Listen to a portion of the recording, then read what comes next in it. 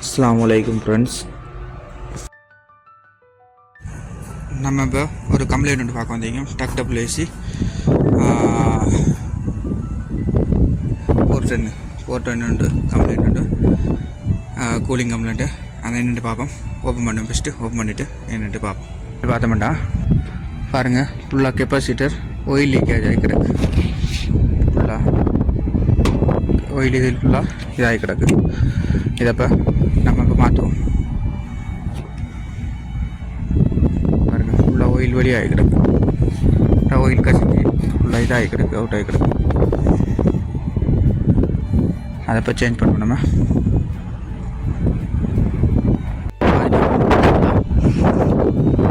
வச்சுட்டு மாற்றியாச்சு.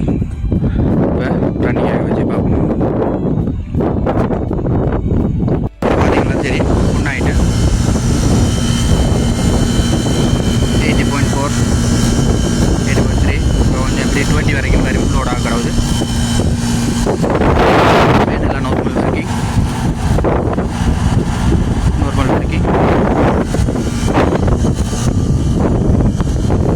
Chicken okay.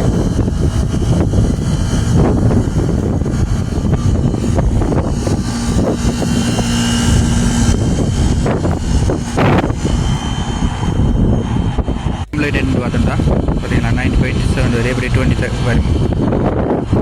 இதில் கம்ப்ளைண்ட் என்ன பார்த்தோம்னா கெப்பாசிட்டர் இருக்கு.